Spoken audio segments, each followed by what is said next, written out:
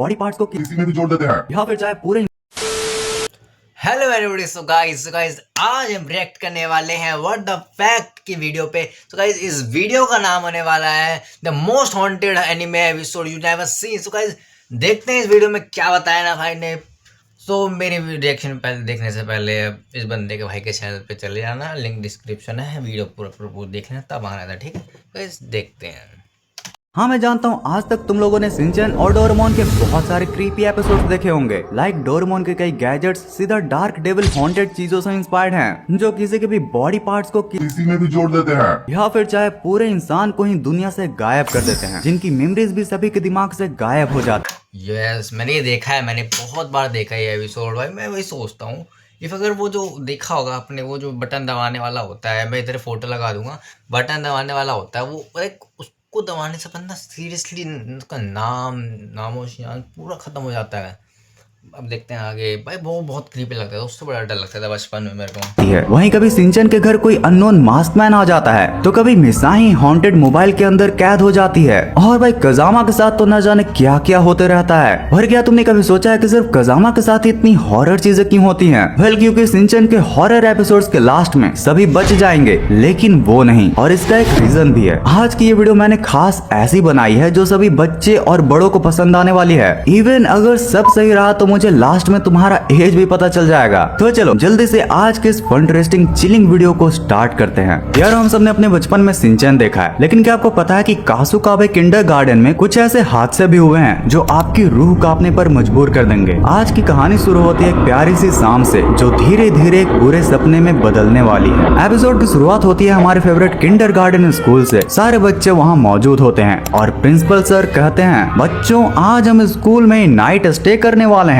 बच्चे खुशी से झूम उठते हैं, लेकिन इसी भीड़ में कुछ अजीब होना शुरू होता है। सिंचन हमेशा की तरह कजामा को परेशान कर रहा होता है। तभी कजामा को फील होता है कि मसाओ उसके पीछे से गुजरा, और जब वो साइड में देखता है तो मसाओ तो वहीं पर खड़ा था। कजामा इसे एक वहम समझकर, मैंने ये एपिसोड तो देखा नहीं यार, मैंने ये कब का है भाई, मैंने सीरियसली ये एपिसोड तो देखा नहीं यार, इग्नोर कर देता है। पर ये तो बस एक शुरुआत थी। रात का वक्त होता है और डिनर रेडी होता है। मेस पर योशिनागा मैम और प्रिंसिपल सर की वाइफ सबको खाना बांट रही होती हैं। मसाओ जब अपना खाना लेने वहाँ पर पहुँचता है तो प्रिंसिपल सर की वाइफ हैरानी से कहती हैं, अरे मसाओ तुम तो अभी अभी खाना लेकर गए हो। मसाओ का होश उड़ जाता है क्योंकि वो तो अभी अभी आया था। इधर कजामा जब टेबल पर बैठता है तो वो देखता है कि मसाओ दूसरे टेबल पर बैठा है, पर जैसे वो गर्दन घुमाता है मसाओ ठीक उसके बगल में बैठा होता है। अब जब वो वापस उस टेबल की तरफ देखता है तो वो तो टेबल ही खाली थी। खाने के बाद बारी आती है आइसक्रीम की। मैम सबको ट्रीट दे रही थी। कजामा और सिंचन मजे से आइसक्रीम भी खा रहे थे। तभी कजामा की नजर बोचैन पर पड़ती है, पर वहाँ एक नहीं बल्कि दो बोचैन थे। एक के ठीक पीछे एक और खड़े होकर आइसक्रीम खा रहा था। कजामा घबरा कर वहाँ जाता है, पर वहाँ तो कोई नहीं था। तभी कैमरा एंगल बदलता है और हमें नैनी दिखती है, जिसकी शक्ल और एक्सप्रेशंस पहले से काफी अजीब और डरावनी लग रही थी। अब फाइनली टाइम था क्रैकर्स जलाने का। मात्सुजाका मैम सभी को फुलझड़ियां बांट रही होती हैं, लेकिन नैनी मैम के पास जाकर कहती है कि उसे तो फुलझड़ियां ही नहीं मिली, जबकि मैम के हिसाब से तो वो पहले ही ये ले चुकी है। कुछ देर बाद कजामा देखता है कि नैनी सबसे अलग होकर एक कोने में बैठी है, वो भी एक अजीब रंग की फुलझड़ी के साथ। नैनी धीरे से कजामा के पीछे आती है और कहती है, कजामा क्या मैं तुम्हारे फुलझड़ी से अपनी वाली जला लूं? अब जैसे ही वो दोनों ही फुलझड़ी टच होती है कजामा की लाइट बुझ जाती है और नैनी वहाँ से पलक झपकते ही गायब। डर के मारे कजामा जब अपना बैग चेक करता है तो उसके कीज ही गायब हैं। लेकिन तभी हमें कजामा के पीछे उसकी ही परछाई जैसे कोई बहरूपिया दिखता है, जिसे कजामा के अलावा कोई और देख भी नहीं पा रहा था।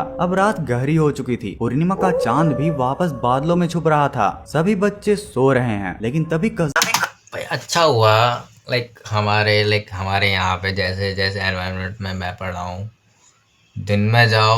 सुबह जाओ दिन में आ जाओ, बस दैट्स इट। ना स्कूल में सोना, ना स्कूल में रहना, ये सब बहुत बेकार लगता है ब्रो। मेरे को ये देखने में अच्छा लगता है, बट भाई जब होता है ना बहुत बेकार लगता है।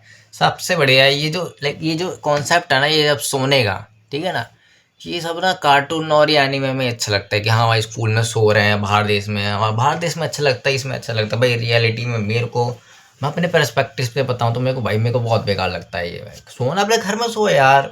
आई नो ये स्कूल में कुछ एक्टिविटी होती है करने के, but I don't like that thing. कजामा को एक बुरा सपना आता है और उसकी नींद टूट जाती है। उसके लेफ्ट साइड में सिंचन सोया होता है। वो थोड़ा ये बहुत लाइक यो ये बहुत वियर्ड लग रहा है मेरे को, पता नहीं क्या है, ये बहुत वियर्ड लग रहा है। रिलीफ फील करता है, पर जैसे ही वो राइट साइड मुड़ता है वहाँ भी एक और सिंचन सोया था। कजामा की चीखी निकलने वाली होती है कि उसे पुरानी बातें याद आती हैं। Duplicate मसाओ, बोचैन, duplicate Naini. तभी एक सिंचन दूसरे से कहता है, मुझे वॉशरूम जाना है, तुम भी चलो। वो दोनों कजामा को अपनी बीच में दबाकर वॉशरूम ले जाते हैं, लेकिन वहाँ अंदर सिंचन अचानक गायब हो जाता है। वहीं फिर बाहर से सिंचन की आवाज आती है, कजामा तुम अंदर क्या कर रहे हो? कजामा को समझ आ जाता है कि ये कोई सपना नहीं बल्कि उसके साथ कुछ पैरानॉर्मल हो रहा है। यह क्या कासुकाबे किंडरगार्टन में कोई बुरी शक्ति आ गई है? और आखिर कजामा के साथ ही ये सब क्यों हो रहा है? तो देखो, इसके पीछे दो थ्योरीज और दो फैन मेड एंडिंग्स भी है। पहली द डॉपलगैंगर थ्योरी कहती है कि ये बच्चे असल में डॉपलगैंगर्स हैं, यानी कि हम शक्ल। पुरानी कहानियों के अनुसार जब कोई इंसान अपनी परछाई या फिर हम शक्ल को देख लेता है तो वो उसकी मौत या फिर बदकिस्मती का संकेत होता है। वहीं द फुल मून थ्योरी कहती है कि पूर्णिमा को रात को पैरानॉर्मल एनर्जीज बहुत हाई होती हैं। स्कूल की बिल्डिंग शायद किसी ऐसी जगह पर बनी होगी जो कि मिरर डायमेंशन और रियल वर्ल्ड को आपस में कनेक्ट करता हो। वहीं पर अगर इसके एंडिंग की बात करें तो द आइडेंटिटी थेफ्ट एंडिंग काफी डार्क और शॉकिंग है। इसमें कजामा वॉशरूम से भागकर वापस हॉल में आता है जहाँ पर सारे बच्चे सो रहे होते हैं। वो हाँप रहा होता है, तभी पीछे से एक हाथ उसके कंधे पर आती है और जब वो पीछे मुड़ता है तो देखता है वो कोई और नहीं बल्कि दूसरा ही कजामा था। वो डुप्लीकेट कजामा कोल्ड स्माइल के साथ कहता है, अब से मैं ही कजामा हूँ, तुम परछाई बन जाओ। कैमरा जूम आउट होता है और असली कजामा धीरे धीरे गायब होने लगता है। वहीं पर दूसरी एंडिंग तलिस्मान एंडिंग होपफुल होने के साथ काफी मिस्टीरियस भी है। कजामा जब वापस वॉशरूम से भाग रहा होता है उसे वही बैग की चाबी जमीन पर गिरी मिलती है। जैसे वो चाबी उठाता है सारे डुप्लीकेट्स धुएं की तरह उड़ने लगते हैं। अगली सुबह सब कुछ नॉर्मल होता है। कजामा को लगता है कि शायद ये बहुत बुरा सपना होगा, मगर जैसे वो स्कूल बस में बैठता है और शीशे में देखता है उसे अपना रिफ्लेक्शन नहीं बल्कि शीशे के अंदर सिंचन उसे देखकर आंख मार रहा था। वेल, तुम्हें कौन सी थ्योरी या फिर एंडिंग ज्यादा पसंद है मुझे कमेंट्स में जरूर बताना। और भाई इससे भी डार्क हम टीन टाइटंस के एक एपिसोड को तो देखने ही वाले हैं, लेकिन उससे पहले मैं तुम्हें सिंचन या फिर डोरेमोन के ही नहीं बल्कि पूरे ही कार्टून वर्ल्ड की सबसे मिस्टीरियस एपिसोड को बताना चाहता हूँ। ये कहानी है आर्नोल्ड की, जो कि अमेरिका में सिम्पसन्स की ही तरह प्रिडिक्शन करने के लिए फेमस है। कहानी शुरू होती है जब आर्नोल्ड और उसके दोस्त एक पुराने कब्रिस्तान के पास से गुजर रहे होते हैं। ब्लू शर्ट वाले मोटू हैरोल्ड को तो डर के मारे हालत खराब थी, लेकिन उसी टाइम पर ब्राउन शर्ट वाला स्टिंकी एकदम डार्क कमेंट करता है, भाई हैरोल्ड आदत डाल लो, एक दिन हम सब वहीं दफनाए जाएंगे। सिड डर को और बढ़ाते हुए गोस्ट ब्राइड का नाम लेता है। Go ahead, Gerald.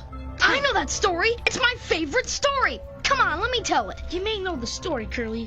Keeper of the table. So Gerald's gonna tell it. और फिर बस हमारे कल्लू भैया गेराल्ड को मिल जाता है अपना फ्लॉलेस अर्बन लेजेंड सुनाने का मौका। कहानी एक अधूरी शादी और एक खूनी इंतकाम की। गेराल्ड बताता है कि 80 साल पहले एक औरत थी जो अपनी शादी का सपना देख रही थी, लेकिन शादी के दिन ही उसका होने वाला पति उसकी अपनी बहन के साथ भाग गया और अगले ही दिन उन दोनों ने शादी कर ली। दुख और गुस्से में पागल होकर उस औरत ने अपनी वेडिंग ड्रेस पहनी, एक बड़ी सी कुल्हाड़ी उठाई और उनके कमरे में घुस गई। फिर जो हुआ वो किसी नाइटमेयर से कम नहीं था। जब वहाँ पुलिस आई तो वो औरत एक रॉकिंग चेयर पर बैठकर मुस्कुराते हुए वेडिंग मार्च गाने को गुनगुना रही थी, जिसके पास ही में 2 लाशें पड़ी थी। अगले ही पल उसने खिड़की से कूदकर अपनी भी जान दे दी। कहते हैं हर साल वो अपनी मौत की एनिवर्सरी पर वो वापस आती है अपने अगले शिकार की तलाश में। सभी को यह स्टोरी काफी क्रीपी के साथ काफी इंटरेस्टिंग भी लगती है, इसलिए सब डिसाइड करते हैं कि शाम को कब्रिस्तान में मिलेंगे। इधर हेल्गा गुस्से में है क्योंकि लड़कों ने उसे एक्सक्लूड कर दिया। वो भी वहाँ जाना चाह रही थी, लेकिन लड़की होने की वजह से वो वहाँ नहीं जा पाती है। शाम होते ही जैसे ही लड़के कब्रिस्तान में घुसते हैं, हेल्गा पीछे से गेट लॉक कर देती है। अंधेरा होने लगता है और अचानक वही ओमनस हमिंग सुनाई देने लगती है, वही वेडिंग मार्च। लड़के भटकने लगते हैं, गेट अपने आप हिलने लगता है और गोस्ट ब्राइड उनका पीछा करने लगती है। हेल्गा को सभी को डराने में काफी मजा आ रहा था, लेकिन जब वो भी साइड में देखती है तो उसे एक सच का गोस्ट ब्राइड दिखती है, जिससे कि डर कर वो भी भागने लगती है। इधर हेल्गा का राज जानकर सभी उस पर गुस्सा कर रहे होते हैं, लेकिन पहले सभी डर के मारे एक पुरानी मकबरा में छिप जाते हैं। तभी वो ब्राइड गेट को तोड़ देती है और सभी को मारने वाली होती होती है कि आर्नोल्ड, जो कि हमेशा दिमाग लगाता रहता है, नोटिस करता है कि गोस्ट ब्राइड ने रेड सॉक्स पहने हैं। वो तुरंत समझ जाता है कि ये कोई और नहीं बल्कि कर्ली है, जो कि सबसे पहले गेराल्ड की जगह स्टोरी सुनाना चाह रहा था। असल में कर्ली चिढ़ा हुआ था क्योंकि हर बार गेराल्डियन स्टोरीज क्यों सुनाता है, इसलिए उसने लो एफर्ट प्रैंक खेला। वहाँ हेल्गा भी अपना प्रैंक खेल रही थी। सबको लगा कि सब कुछ फेक था, लेकिन क्या सच में? वो आखिरी खौफनाक आवाज। यार हे आर्नोल्ड कार्टून के हॉरर एपिसोड्स की सबसे खास बात तो यही होती है कि वो अंत में आपको डाउट में छोड़ देते हैं। इसलिए इस एपिसोड के लास्ट में भी एक मिस्टीरियस घोस्ट ब्राइड की हमिंग या बोलो गीत सुनाई देती है, जो कहीं ना कहीं ये इशारा करती है कि शायद कर्ली ही उसका अगला शिकार बनने वाला है। यार अगर लिटरली तुम भी एपिसोड को देखोगे तो इसकी एंडिंग आपको किसी प्रॉपर हॉरर मूवी की एंडिंग से कम नहीं लगेगी। टीम टाइटंस गो गाइस, देखते हैं टीम टाइटंस को। तो बहुत प्यारा लगता है, बहुत सबसे ओजीएस एंड सबसे बेस्ट मेरा मेरा बहुत मनपसंद कार्टून है, माय फेवरेट है भाई। टीन टाइटंस वैसे तो एक एक्शन शो है, लेकिन उनका एपिसोड हॉन्टेड बिल्कुल एक साइकोलॉजिकल थ्रिलर था। रॉबिन अपने पुराने दुश्मन स्लेड के शिकार के लिए ऑब्सेस्ड हो जाता है। उसे लगता है कि स्लेड वापस आ गया है और उसे टॉर्चर कर रहा है। एपिसोड में हम देखते हैं कि रॉबिन स्लेड से लड़ रहा है, उसे पंच कर रहा है और स्लेड भी उसे दीवारों पर पटक रहा है। लेकिन जब बाकी टाइटंस वहाँ पर आते हैं तो उन्हें सिर्फ रॉबिन दिखता है, जो हवा में लड़ रहा था। रॉबिन को लगता है कि स्लेड उसे चोट पहुंचा रहा है, लेकिन असलियत में रॉबिन खुद को ही मार रहा था। और यार वो सबसे डरावना सीन तो तब आता है जब रॉबिन अंधेरे में अकेले होता है और स्लेड उसे विंडो के पीछे से दिखता है। रॉबिन का डर, उसका पागलपन और वो इंटरनल स्ट्रगल दिखाता है कि मेंटल हेल्थ कितनी डार्क हो सकती है। स्लेड का बिना दिखे डर फैलाना इस एपिसोड को काफी मैच्योर और स्केरी बना देता है। तो यार तुम्हें इन हॉरर एपिसोड्स में क्या पसंद आया? कजामा का डर, आर्नोल्ड के चालाकी या फिर टीन टाइटंस के रॉबिन का? भाई सेकंड वाला ब्रो मेरे को चलो मैं रेटिंग करता हूँ।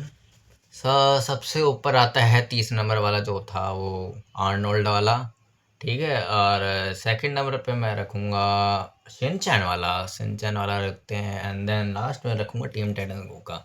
टीम टाइटंस गो मेरे को इतना ज़्यादा वो नहीं लगा, बट मैंने ये एपिसोड देखा इसलिए मैं कह रहा हूँ। शिनचैन वाला और मैंने आर्नोल्ड का भी कार्टून देखा नहीं था, शिनचैन वाला भी मैंने देखा हुआ था, बट ये थ्योरी जो थी वो मैंने नहीं देखी थी ब्रो। मेरे को सच में नहीं पता था पहले जो भी बनाता है इन सब का राइटर होता है, क्या सोच के बनाता है ब्रो। उसके दिमाग में भाई साहब क्या ही दिमाग में आ जाता है मेरे भाई। मेरे को ये बताओ कि तुम्हें कौन सा पार्ट अच्छा लगा और कौन से तुम थ्योरी अच्छी लगी, इन सब में से कौन सा तुम्हें हॉरर पार्ट लगा, ठीक है। और मैं प्लीज़ कह रहा हूँ वीडियो को लाइक कर देना, सब्सक्राइब कर देना और मिलते हैं। Good bye bye bye.